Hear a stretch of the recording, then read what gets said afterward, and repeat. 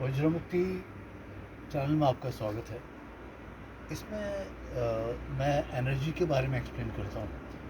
Actually कई लोग ऐसा समझते हैं कि वर्ड ही एनर्जी है, लेकिन नहीं, ये महसूस करने की बात है। महान ब्रूस ली ने ये बताया कि डोंट थिंक, फील। तो हमें महसूस करना है। जैसे हम ताई ची में एक हाथ ऐसे उठाते हैं, नी थोड़े बेंड करते हैं, सांस खींचते हुए हाथ उठाते हैं एक स्टेज पर आने पर, उसके बाद जब इससे मोड़ते हैं एल्बोज को, तो हम महसूस करते हैं एनर्जी को, और फिर इसी एनर्जी को हाथ में लेकर के मोशन करते चले जाते हैं।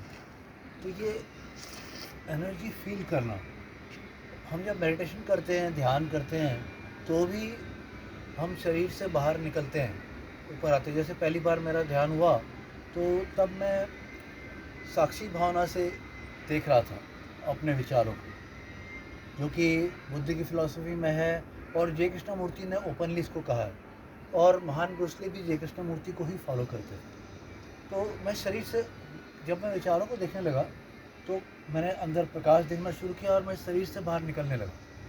तो वे खास साफ मुझे महसूस हुआ कि मैं एक एनर्जी के फॉर्म में हूँ। लेकिन आप सारे ग्रंथ पढ़ेंगे, सब जगह पढ़ेंगे, तो आत्मा शब्द का उपयोग है।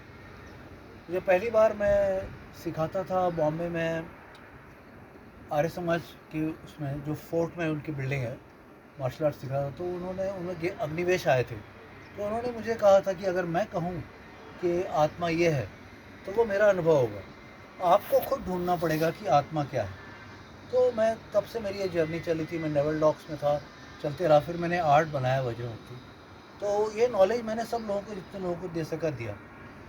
और इस बुरे वक्त पर, जो इस पैंडेमिक्स का, इसमें भी लोगों को ये नॉलेज देना ज़रूरी है, ताकि लोग समझें मन से परे जाना बहुत ज़रूरी है।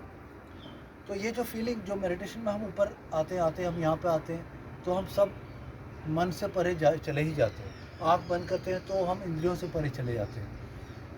वही ये जो मार्शल आर्ट्स में फीलिंग होती है, सारी फॉर्म्स करते हैं ना, ये सब थॉट्स नहीं आते इसमें। तो ये बहुत इंपॉर्टेंट है प्रैक्टिस करना। किसी भी तरह का मार्शल आर्ट हर किसी को सीखना चाहिए। इसलिए नहीं कि मारा मारी करने के लिए, इसलिए कि हम थॉट से परे चले जाएं, माइंड से परे चले जाएं। ब्रूस ली की पहली किताब में उन्होंने लिखा है, into a soul absolutely free from thoughts and emotions. तो ये जितने भी आर्ट हैं, ये सारे इसीलिए हैं। तभी पहले जो ओशो ने कहा कि तलवार से मेरे अपने सत्य को जानने तक की यात्रा, वही मार्शल आर्ट्स और वही वज्र मुक्ति है, फ्रॉम एक्शन टू लिबरेशन। क्रिया करते वक्त, और जब आप ये एनर्जी महसूस करेंगे, तभी आप माइंड से परे जा सकते हैं, इसको समझ सकते हैं, फील कर सकते हैं, तब वो ध्यान होगा।